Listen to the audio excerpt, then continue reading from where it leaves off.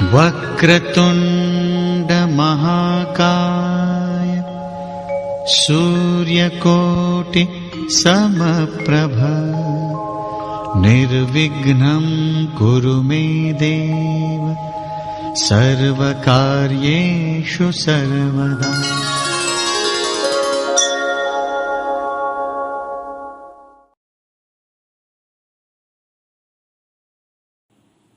अच्छा पिला माने तुम मानक शुभ सकाळ। तुम माने समस्ते किपरि अछ? भल अछ? हौ धन्यवाद। मन दे छुट्टी रे घरे रही पढ़ापढ़ी करछ तो? पूर्व पीरियड रे दिए जाइथिबा होमवर्क करि आनछ?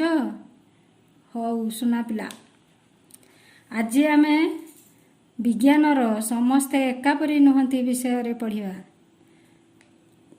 माछर विशेष गुण गुड़िक जानिबा। आज शिक्षार उद्देश्य है माछर विशेष गुण गुड़िक जानिबा। तुमे माने समस्ते केतक प्राणी आ उद्भिद विषय रे जानिछ? तुम खातारे से उद्भिद आ प्राणी मानकर नाम लेख। लेखिल? हौ ताने कहिल सबु प्राणी आ उद्भिद गोटे स्थान रे देखा जाती कि? अर्थात गोटे जगार बसवास करती कि ना? ताले सेमानक मध्यरु केतेक स्थल भागरे, केतेक जल भागरे, आउ केतेक मरुभूमि रे, केतेक वायुमंडल मध्य बसवास करती। ताने आम चतुर्पार्श्व रे जो जल स्थल वायु आकाश रही यह आमर परिवेश कहती। ताने परिवेश कहले कौन बुझ ना? परिवेश है आम चतुर्पार्श्व रे आमको घेरी रही जल स्थल वायु और आकाश, यह आम परिवेश। यही परिवेश रे विभिन्न प्रकार प्राणी माने सब रही थांती। स्थल भागरे आमर बाघ,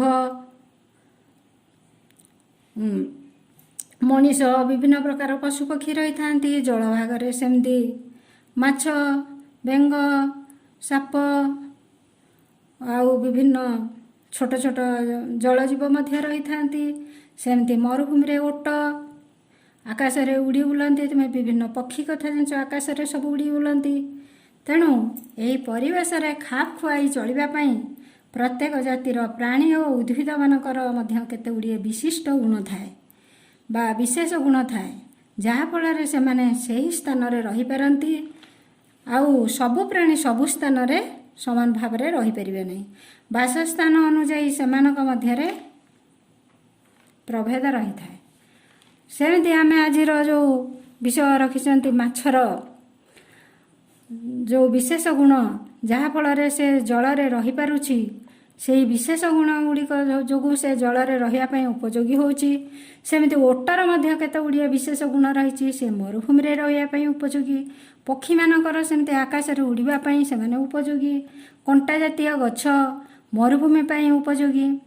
आउ कोई पद्म जल रे, मंदार, सागुआन, आंब आदि उद्भिद स्थल भागरे रहिबा पई उपयोगी। ताने माछर विशेष गुण होउछि माछ पानी रे रही। पानी बिना माछ बंची परिबो नाही।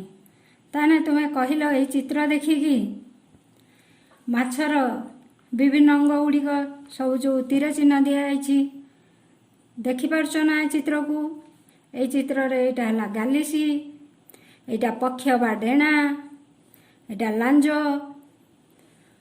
आउ एटा भी गोटे पक्ष।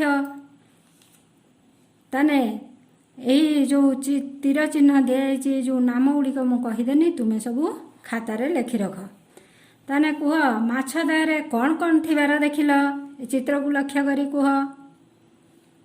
पाटी, आखि, गालिसी, काती, पक्ष, लांज। पक्ष और लांज पानी रे पहरुवा समय ताकू किए साहाय्य करे ना? पानी रे पहरिबा पई तार पक्ष बा डेणा आउ लांज ताकू साहाय्य करे। यह फल से दिग परिवर्तन करिपारे, सहजरे पानी रे जीवा आसीबा करिपारे। ପାଣିରେ ପହଁରୁଥିବା ସମୟରେ ଆହୁରି ତୁମେ ଲକ୍ଷ୍ୟ କରିଛ କି ମାଛ ସବୁବେଳେ ପାଟିରେ ପାକୁ ପାକୁ ପାକୁ ପାକୁ କରୁଥାଏ। କାହିଁକି ପାକୁ ପାକୁ କରୁଥାଏ? ନା ମାଛର ପାଟିକୁ ଲକ୍ଷ୍ୟ କଲେ ଆମେ ଦେଖିବା ମାଛ ତା ପାଟିକୁ ପାଣି ନେଉଛି, ପୁଣି ବନ୍ଦ କରୁଛି, ପାଟିକୁ ଖୋଲୁଛି, ବନ୍ଦ କରୁଛି। ଏଇ ବନ୍ଦ କରିବା ଖୋଲିବା ଭିତରେ ପାଟିକି ତାର ପାଣି ପଶେ ଆଉ ବାହାରେ। ସମସ୍ତ ଜୀବ ଆହୁରି ମଧ୍ୟ ଆମେ ଜାଣିଛନ୍ତି ସମସ୍ତ ଜୀବ ଶ୍ୱାସକ୍ରିୟାରେ ଅମ୍ଳଜାନ ଗ୍ରହଣ କରନ୍ତି। ତାହେଲେ ମାଛ ଅମ୍ଳଜାନ କିପରି ପାଇଥାଏ? କେଉଁ ଅଂଶ ତାର ଶ୍ୱାସକ୍ରିୟାରେ ସାହାଯ୍ୟ କରେ? ନା ମାଛ ହେଉଛି ଯେଉଁ ପାଟିରେ ଯେଉଁ ପାକୁ ପାକୁ କରି ପାଣିକୁ ନିଏ, ସେଥିରେ ସେଇ ଯେଉଁ ପାଣିରେ ଅମ୍ଳଜାନ ଦ୍ରବୀଭୂତ ଅବସ୍ଥାରେ ଥାଏ। ମାଛ ପାଟି ମେଲା କରିବା ସମୟରେ ପାଣି ତା ପାଟି ବାଟେ ପଶିଥାଏ, ଆଉ ଯେତେବେଳେ ବନ୍ଦ କରିଦିଏ ସେତେବେଳେ ସେ ପାଣି ତା ପାଟିରୁ ବାହାରିଯାଏ। ତାହେଲେ ଏଇ ପାଣିରୁ ଯେତେବେଳେ ତା ପାଟି ବାଟେ ପଶିଥାଏ ସେତେବେଳେ ମାଛ ତା ଗାଲିସି ସାହାଯ୍ୟରେ ପାଣିରୁ ଏଇ ଅମ୍ଳଜାନକୁ ଗ୍ରହଣ କରି ନିଜର ଶ୍ୱାସକ୍ରିୟା କରିଥାଏ। ତାହେଲେ ମାଛକୁ ତାର ଶ୍ୱାସକ୍ରିୟାରେ କିଏ ସାହାଯ୍ୟ କରେ? ନା ହେଲା ଗାଲିସି। ତାହେଲେ ମାଛ ମଧ୍ୟ ଆମ ପରି ବାୟୁମଣ୍ଡଳରୁ ସିଧାସଳଖ ଅମ୍ଳଜାନ ଗ୍ରହଣ କରିପାରେ ନାହିଁ। ସେ ପାଣିରେ ଥିବା ଦ୍ରବୀଭୂତ ଅମ୍ଳଜାନକୁ ନେଇ ଶ୍ୱାସକ୍ରିୟା କରେ। ଆମେ ଯେମିତି ବାୟୁମଣ୍ଡଳରେ ସିଧାସଳଖ ବାୟୁମଣ୍ଡଳରୁ ବାୟୁ ଗ୍ରହଣ କରିକି ଅମ୍ଳଜାନ ଗ୍ରହଣ କରୁଛନ୍ତି, ଶ୍ୱାସକ୍ରିୟାରେ ଅଙ୍ଗାରକାମ୍ଳ ତ୍ୟାଗ କରୁଛନ୍ତି, ସେମିତି ମାଛ ସିଧାସଳଖ ବାୟୁମଣ୍ଡଳରୁ ଅମ୍ଳଜାନ ଗ୍ରହଣ କରିପାରେନି। ଯାହାଫଳରେ ଆମେ ମାଛକୁ ପାଣିରୁ କାଢ଼ି ଆଣିଲେ ମାଛ କିଛି ସମୟ ରହି ପୁଣି ମରିଯାଏ। ସେମିତି ମାଛର ଲାଞ୍ଜ ଆଉ ପକ୍ଷ ପହଁରିବା ସମୟରେ ଦିଗ ପରିବର୍ତ୍ତନ କରିବାରେ ତାକୁ ସାହାଯ୍ୟ କରେ। ହଉ, ତାହେଲେ କୁହ, ତୁମେ ଟିକେ ଚିନ୍ତା କରି ଏଇ ପ୍ରଶ୍ନଗୁଡ଼ିକୁ ଖାତାରେ ଲେଖ। ମୁଁ ଏଇ ପ୍ରଶ୍ନଗୁଡ଼ିକ କହୁଛି, ତୁମେ ଚିନ୍ତା କର ଏବଂ ତାପରେ ଲେଖ। ନ ଆସିଲେ ମୁଁ ତୁମକୁ କହିଦେବି। ମାଛକୁ ପାଣିରୁ କାଢ଼ିଲେ ମରିଯାଏ କାହିଁକି? ଲେଖିଲ? ହଉ, ତାହେଲେ ମୁଁ କହୁଛି ଶୁଣ। ନା ମାଛ ଶ୍ୱାସକ୍ରିୟା କରିବା ପାଇଁ ଆବଶ୍ୟକୀୟ ଅମ୍ଳଜାନ ଜଳରେ ଦ୍ରବୀଭୂତ ହୋଇ ରହିଥାଏ। ସେ ସିଧାସଳଖ ଆମ ପରି ବାୟୁମଣ୍ଡଳରୁ ଅମ୍ଳଜାନ ଗ୍ରହଣ କରି ଶ୍ୱାସକ୍ରିୟା କରିପାରେ ନାହିଁ। ଯାହାଫଳରେ ସେ ବାୟୁମଣ୍ଡଳରେ ଶ୍ୱାସକ୍ରିୟା କରି ନପାରିବା ଫଳରେ ସେ ଛଟପଟ ହୋଇ ମୃତ୍ୟୁବରଣ କରେ। ତାହେଲେ ଆଉ ଗୋଟିଏ ପ୍ରଶ୍ନ ଦେଖ। କେଉଁ ମାଛ ପାଣିରୁ ଉଠି ଆସି ଗଛରେ ଚଢ଼ିଯାଏ? ଏହା ସତ ନା ମିଛ? ଆମେ ତ ଜାଣିଲେ ମାଛ ବାୟୁମଣ୍ଡଳରେ ସ୍ଥଳ ଭାଗରେ ରହିପାରେନି। ଇଏ ପୁଣି କ'ଣ କଲେଣି? କେଉଁ ମାଛ ଆସିକିନି ଗଛରେ ଚଢ଼େ? ତୁମେ ସବୁ ଜାଣିଥିବ କେଉଁ ମାଛ ଗଛରେ ଚଢ଼େ? କେଉଁ ମାଛ। ହଉ, ତାହେଲେ ସିଏ ପୁଣି କେମିତି ରହିପାରୁଛି ବାୟୁମଣ୍ଡଳରେ? ନା କେଉଁ ମାଛ ଏମିତି ଗୋଟିଏ ମାଛ, ସେ ଉଭୟ ଜଳରେ ଶ୍ୱାସକ୍ରିୟା କରିପାରେ, ପୁଣି ବାୟୁମଣ୍ଡଳରେ ବି ସିଧାସଳଖ ବାୟୁରୁ ଅମ୍ଳଜାନ ନେଇ ଶ୍ୱାସକ୍ରିୟା କରିପାରେ। ଯାହାଫଳରେ ସେ ପାଣିରୁ ଉଠି ଆସି ଗଛରେ ଚଢ଼ିଯାଏ, କିନ୍ତୁ ସେ ବଞ୍ଚେ, ସେ ଛଟପଟ ହେଇ ମରେ ନାହିଁ। ତାପରେ ଆଉ ଗୋଟିଏ ପ୍ରଶ୍ନ ଦେଖିଲ ପିଲାମାନେ। ଆମେ ପାଣିରେ ବୁଡ଼ି ରହିଲେ ବଞ୍ଚିପାରିବା ନାହିଁ କାହିଁକି? ଦେଖ, ମାଛ ଦିନ ରାତି ପାଣିରେ ପହଁରୁଛି, ସେ ବଞ୍ଚିଛି, କିନ୍ତୁ ଆମେ ବଞ୍ଚିପାରିବା ନାହିଁ। ଆମେ କେଉଁଠି ବାସ କରନ୍ତି?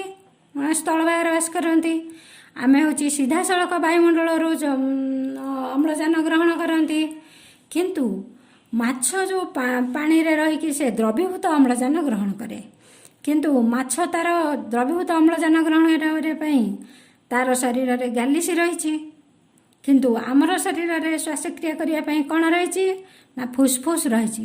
ଯାହାଫଳରେ ଆମେ ଯେଉଁ ଜଳରେ ବୁଡ଼ି ରହିଲେ ସେ ଜଳରେ ଦ୍ରବୀଭୂତ ଥିବା ଅମ୍ଳଜାନକୁ ନେଇ ଶ୍ୱାସକ୍ରିୟା କରିପାରି ନଥାନ୍ତି। ଆମର ଫୁସଫୁସ୍ ଏହି ଦ୍ରବୀଭୂତ ଅମ୍ଳଜାନକୁ ନେଇ ଶ୍ୱାସକ୍ରିୟା କରିପାରେ ନାହିଁ, ଯାହାଫଳରେ ଶ୍ୱାସକ୍ରିୟା ବନ୍ଦ ହୋଇଯାଏ। ତେଣୁ ଆମ ପାଇଁ ଆବଶ୍ୟକ ହେଉଥିବା ଅମ୍ଳଜାନ ଏହି ପାଣିରେ ମିଳେ ନାହିଁ। ତେଣୁ ଆମେ ପାଣିରେ ବୁଡ଼ି ରହିଲେ ବଞ୍ଚିପାରିବା ନାହିଁ। 2ରୁ 5 ମିନିଟ୍ ଭିତରେ 2 ମିନିଟ୍ ପର୍ଯ୍ୟନ୍ତ ପାଣିରେ ରହି ତାପରେ ଆସ୍ତେ ଆସ୍ତେ ଆମର ଶ୍ୱାସକ୍ରିୟା ବନ୍ଦ ହୋଇଯିବା ଫଳରେ ଆମେ ମରିଯାଆନ୍ତି। ଆଜି ଆମେ ମାଛ ବିଷୟରେ କେତେ କଥା ଜାଣିଲେ। ମାଛର ବିଭିନ୍ନ ଅଙ୍ଗ ଜାଣିଲେ, ମାଛର ବିଭିନ୍ନ ଅଙ୍ଗର କାର୍ଯ୍ୟକଳାପ ଜାଣିଲେ, ମାଛ କେମିତି ପାଣିରେ ରହିପାରେ, ଆମେ ପାଣିରେ ବୁଡ଼ିଲେ ବଞ୍ଚିପାରିବା ନାହିଁ, ଏସବୁ ବିଷୟରେ ଜାଣିଲେ। ତାହେଲେ ମାଛର କେତେ ଗୁଡ଼ିଏ ବିଶେଷ ଗୁଣ ରହିଛି। ମାନେ ମାଛର ଗାଲିସି ଅଛି, ମାଛର ଲାଞ୍ଜ ଆଉ ପକ୍ଷ ଅଛି, ଯାହାଫଳରେ ସେ ଶ୍ୱାସକ୍ରିୟା କରିପାରୁଛି, ପାଣିରେ ପହଁରି ପାରୁଛି, ତେଣୁ ସେ ରହିପାରୁଛି। କିନ୍ତୁ ଆମର ପାଣିରେ ରହିବା ପାଇଁ ବା ଜଳରେ ବସବାସ କରିବା ପାଇଁ ସେହି ବିଶେଷ ଗୁଣ ଗୁଡ଼ିକ ନାହିଁ, ଯାହାଫଳରେ ଆମେ ବଞ୍ଚିପାରିବା ନାହିଁ। ହଉ, ତାହେଲେ ଆଜିର ଏଇ ଯେଉଁ ପାଠ ଦିଆଗଲା ତୁମେ ସବୁ ବୁଝିଲ। ତାପରେ ତୁମକୁ ଗୃହ କର୍ମ, ଯେଉଁ ଘରେ ଯେଉଁ ରହୁଛ, ଘରରେ କିଛି କାମ କରିବା ପାଇଁ କିଛି ପ୍ରଶ୍ନ ଦିଆଯାଉଛି। ତାହେଲେ ତୁମେ ଯଦି ପାଠ ବୁଝିଲ ତାହେଲେ ଆଗେ କହିଦିଅ, ତାପରେ ଲେଖିକି ଆଣିବ। ଏକରେ ହେଲା, ପାଣିରେ ଅମ୍ଳଜାନ କେଉଁ ଅବସ୍ଥାରେ ଥାଏ? ହଁ, କୁହ। ହଉ, ପାଣିରେ ଅମ୍ଳଜାନ ଦ୍ରବୀଭୂତ ଅବସ୍ଥାରେ ଥାଏ। ମାଛ କାହା ଦ୍ୱାରା ଜଳରୁ ଅମ୍ଳଜାନ ଗ୍ରହଣ କରେ? କୁହ। ମାଛ ଗାଲିସି ଦ୍ୱାରା। ଗ, କେଉଁ ମାଛ ଗଛରେ ଚଢ଼ିଯାଏ? ମାଛ କାହା ଦ୍ୱାରା ଶ୍ୱାସକ୍ରିୟା କରେ? ମାଛର ଗାଲିସି ଆମ ଶରୀରର କେଉଁ ଅଙ୍ଗ ପରି କାର୍ଯ୍ୟ କରିଥାଏ? ମାଛର କେଉଁ ଅଙ୍ଗ ସାହାଯ୍ୟରେ ଜଳରେ ପହଁରିପାରେ? ଏସବୁ ପ୍ରଶ୍ନ ତୁମେ ଘରେ କରି ଆଣିବ। ଆଉ ଗୋଟିଏ କାମ ତୁମ ପାଇଁ ରହିଛି। ତୁମେ ତ ଘରେ ବସି ବୋର୍ ହେଉଥିବ, ସେଥିପାଇଁ ତୁମେ ସମସ୍ତେ ଖାତାରେ ମାଛ ଚିତ୍ର ଅଙ୍କନ କରି ତାକୁ କଲର୍ କରିବ, ଆଉ ଏହାର ବିଭିନ୍ନ ଅଙ୍ଗର ନାମକରଣ କରି ଆଣିବ। ଆମେ ତାପରେ ପର ପିରିୟଡ଼ରେ ଆମେ ବାଘ, ଓଟ ଆଉ ବିଭିନ୍ନ ପକ୍ଷୀମାନଙ୍କର ବିଭିନ୍ନ ବିଶେଷ ଗୁଣ ବିଷୟରେ ପଢ଼ିବା। ଆଉ ତୁମେ ଜାଣିଛ, ତୁମେ ସବୁ ବାହାରେ ବୁଲୁଛ କି? ନା, ବୁଲିବ ନାହିଁ। ସମସ୍ତେ ଯଦି ବାହାରକୁ କେତେବେଳେ ଗଲ, ଯଦି ଅତି ଦରକାର ପଡ଼ିଲା, ତାହେଲେ ମାସ୍କ ପିନ୍ଧିଯିବ। ବାହାରୁ ଆସିଲେ ହାତରେ ସାବୁନ ମାରି ବା ହ୍ୟାଣ୍ଡ ୱାଶରେ ହାତ ଧୋଇବ, ଘରେ ରହିବ, ନିରାପଦରେ ରହିବ। ହଉ, ଆଜିର ପାଠ ସରିଗଲା। ତୁମେ ଆଜି ମୋତେ ସାହାଯ୍ୟ କରିବାରୁ ତୁମକୁ ସବୁ ଧନ୍ୟବାଦ।